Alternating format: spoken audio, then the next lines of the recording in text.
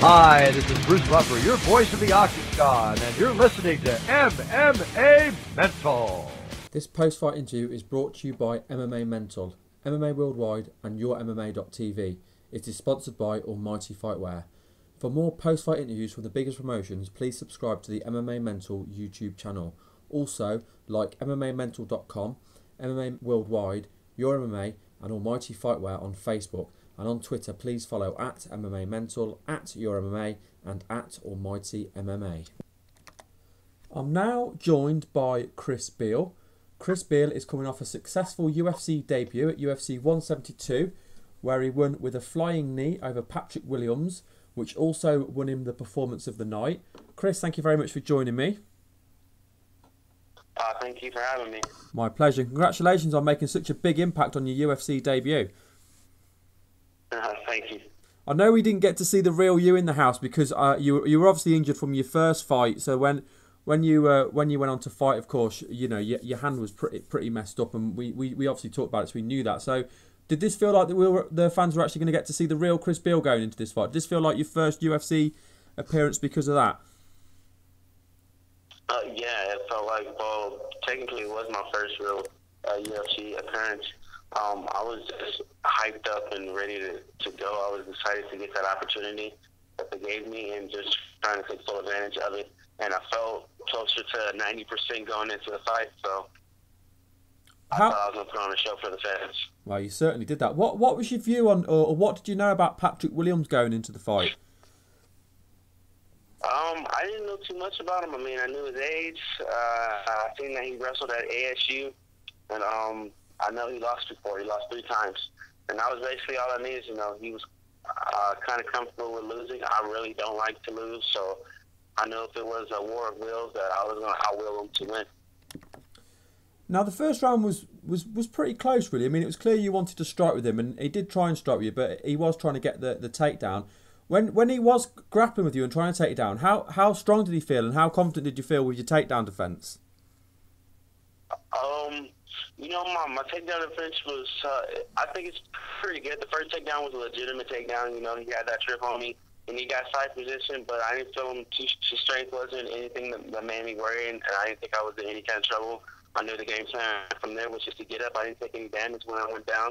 I got right back up and got back to my striking. And the other time he took me down was because he called a kick. So, you know, I traded him a kick for a takedown any time. And I just did what I did, and I just got right back up again and got it back to the feet. I knew he had good wrestling, but it wasn't great, so I was prepared to go anywhere. Going back to your corner then at the end of the first round, how confident were you that you'd won that first round?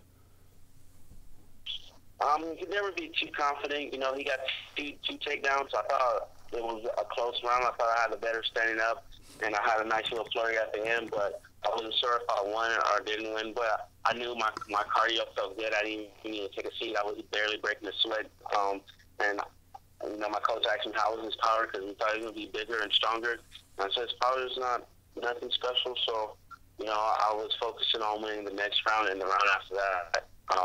And just taking care of it round by round.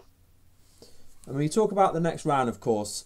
I mean, the flying knee in the next round was just, it was unbelievable. It seemed to just come out of nowhere. What made you go for the move? What made you think I can land this?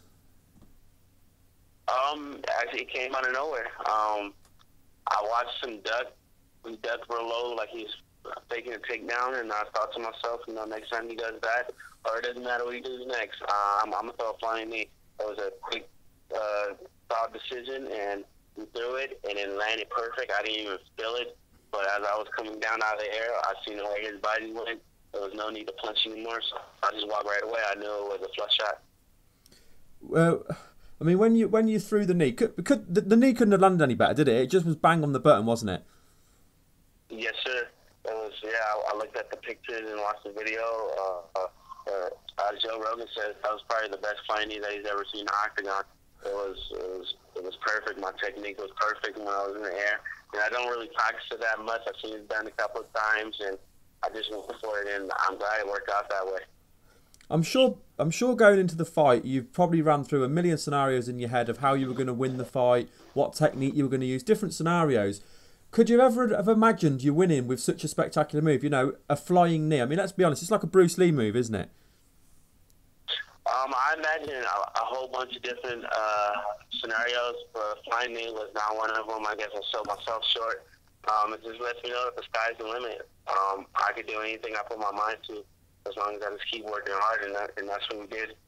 And just to come off something like that, it's just, I'm still overwhelmed and amazed by it, and I'm still trying to take it all in, even though it's been a few days after the fight.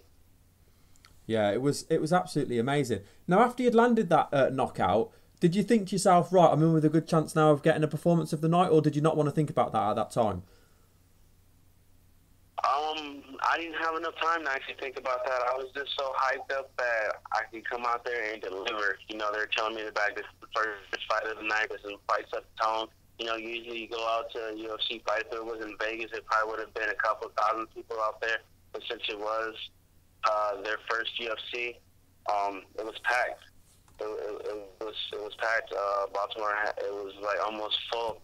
So it was just crazy, and just to hear the crowd roar and everybody standing up and clapping, and I was just trying to take it all in. And then I had to go to the doctor, and then as I'm in the doctor, I got the news that I won knockout on the performance bonus, and I was just ecstatic and happy that all my hard work is finally paying off and people get to see.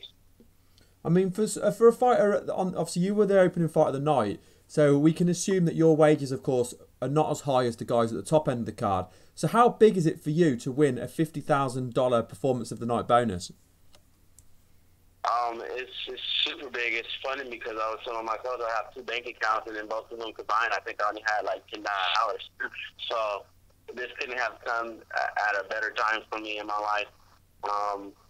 And I'm just pumped up, and I'm still feeling, I'm just blessed that I can get this, and it just shows, you know, never to quit. I was close to just getting a regular job, and they put MMA on the back burner, but I didn't. I worked even harder because I knew this is what I wanted to do. This is where I wanted to be, and all that hard work is paying off, and I want to work even harder to stay here now.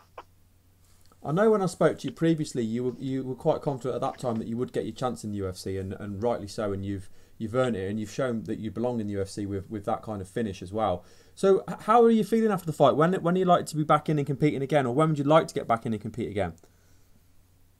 We're going to try to heal up these hands. Hopefully it doesn't take too long for the hands to heal up. And as soon as I'm clear, I'm ready to get back in there and do my thing. I'm hungry. I'm hungry for this. This is not only what I do, this is who I am. And I love being in my gym. I love working hard. I love the sweat training, and I love that one-on-one combat. Have you got your eye on anybody you'd like to face? No, it doesn't even matter. Whoever they put me up against and whoever they say you got to get ready for, that's who we'll definitely get ready for. I'm not in a position to call out anybody or anything like that. I'm just a fighter, and I just want to go out there and fight and perform my butt off and work as hard as I possibly can. Well, it's certainly paid off. So, well, congratulations on an excellent UFC debut. Thank you. Thank you very much. My pleasure. Thank you very much for giving me your time today as well. I really appreciate it. Anytime. Before we let you go, I just want to give you a chance to do some shout-outs. So let the listeners know about your Facebook and your Twitter, and then any sponsors or anybody you want to thank as well. You can get at me on Twitter and Instagram at RealDealCBill, Chris Beal on Facebook. I want to thank my gym knuckleheads, my city, Ventura, California, 805.